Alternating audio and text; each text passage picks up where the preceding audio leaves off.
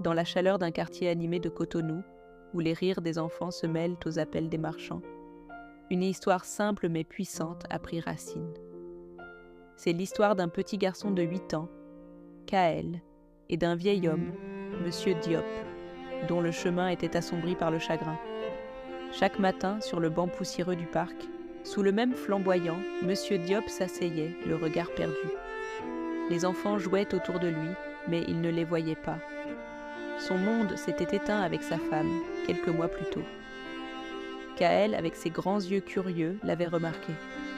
Chaque jour, en allant chercher le pain pour sa mère, il voyait cet homme qui semblait porter toute la tristesse du monde sur ses épaules. Sa mère lui avait appris que lorsqu'un cœur est lourd, un peu de douceur peut l'alléger. Alors, un matin, au lieu de passer son chemin, le petit Kaël s'est approché timidement. Il n'a rien dit. Il a simplement tendu une petite feuille de papier pliée. Monsieur Diop l'a regardé, surpris, puis a déplié le papier. C'était un dessin d'enfant, un grand soleil jaune vif, un bonhomme avec un immense sourire, et quelques mots écrits avec une application maladroite. Faut pas être triste.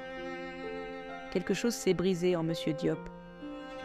Une larme, puis deux, ont roulé sur ses joues burinées. Ce n'étaient pas des larmes de tristesse, mais des larmes de gratitude. Il a regardé l'enfant, qui lui a offert un sourire timide avant de repartir en courant. Dans ce dessin simple, dans ce geste pur, il a revu la lumière. Il a senti la chaleur du soleil sur sa peau, entendu le chant des oiseaux, puis les couleurs éclatantes des boubous des femmes allant au marché. Ce petit garçon, sans le savoir, venait de lui rappeler que la vie continuait, belle et vibrante. Le dessin de Kaël a agi comme une étincelle dans la nuit. Ce jour-là, Monsieur Diop n'est pas rentré chez lui pour s'enfermer. Il est allé voir ses anciens collègues, a repris contact avec ses amis qu'il avait négligés.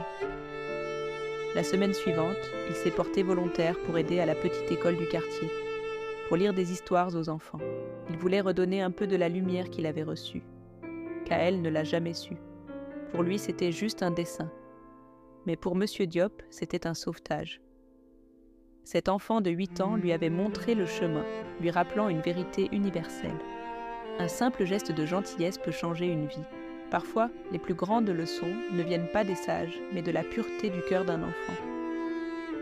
Dans l'agitation de nos vies, n'oublions jamais le pouvoir d'un simple sourire, d'un mot gentil, d'un dessin offert.